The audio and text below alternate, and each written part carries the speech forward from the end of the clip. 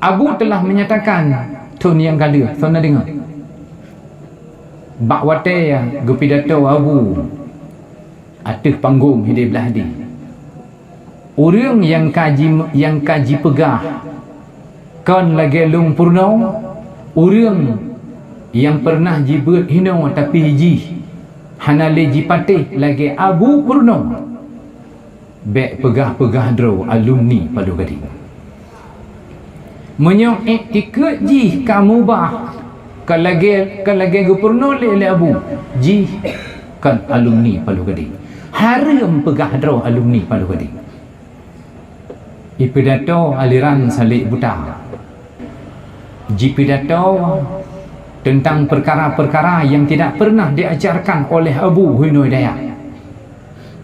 Lalu bak ujung pidato lonyo alumni Palu Gading. Na lombut di Palu Gading 8 tahun. Na lombut di Palu Gading 3 tahun. Laginya dinyatakan roji cukup berbahaya. Luar biasa berbahaya. Maka karenanya nyan tantangan bagi tayong. Boleh jadi nyan berokan gure tanyong. Boleh jadi nyan berokan ngan tanyong.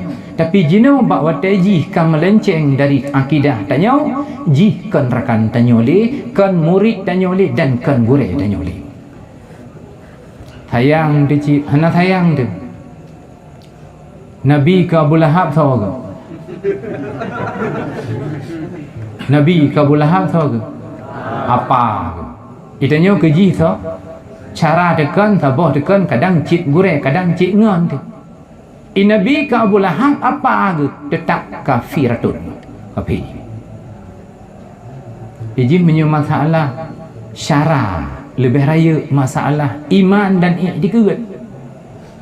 Tantangan katanya orang daya yang katanya jino tengah tabut cukup raya tantangan nuker. Katu pre tantangan awai lahir tantangan ngan tanyo. Awai na tantangan ngan tanyo tajak bet.